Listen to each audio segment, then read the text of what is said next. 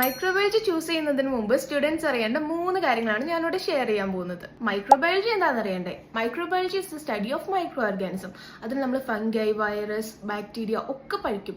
അത് മാത്രമല്ല ഇതെങ്ങനെയാണ് ഹ്യൂമനെ എഫക്ട് ചെയ്യുക, അതുപോലെ തന്നെ നമ്മൾ ഇൻഡസ്ട്രി, എൻവയോൺമെന്റ്, ഫുഡ് ഇതിനൊക്കെ റിലേറ്റ് ചെയ്തിട്ടായിരിക്കും നമ്മൾ പഠിക്കുന്നുണ്ടാവുക. ബി എസ് സി കഴിഞ്ഞപ്പോൾ തന്നെ നമുക്ക് ജോബ്സ് കിട്ടില്ല. കുറേ സ്റ്റുഡൻസിന് ഒരു വിചാരം ഉണ്ടാവും ബി എസ് സി കഴിഞ്ഞപ്പോൾ തന്നെ ഒരു ഹൈ പെയ്ഡ് സാലറിയിലൊക്കെ വർക്ക് ചെയ്യാൻ പറ്റുന്നു.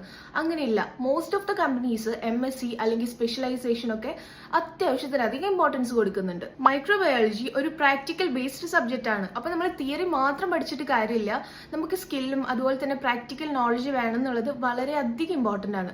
പിന്നെ മൈക്രോബയോളജി ഒരു വൺ ജോബ് ഡിഗ്രി അല്ല, നിങ്ങൾക്ക് പലതരം ഫീൽഡിലേക്ക് തിരിയാൻ പറ്റും. ഇപ്പൊ ഹെൽത്ത് കെയർ ആയിക്കോട്ടെ, അല്ലെങ്കിൽ ഇപ്പൊ ഫുഡ്, ഇൻഡസ്ട്രി, എൻവയോൺമെന്റൽ, മൈക്രോബയോളജിസ്റ്റ്, ഇതൊക്കെ ആയിട്ട് നിങ്ങൾക്ക് വർക്ക് ചെയ്യാൻ പറ്റും. ഞാൻ പറഞ്ഞു തന്ന കാര്യങ്ങളൊക്കെ നിങ്ങൾക്ക് യൂസ്ഫുൾ ആവുമെന്ന് ഞാൻ വിചാരിക്കുന്നു.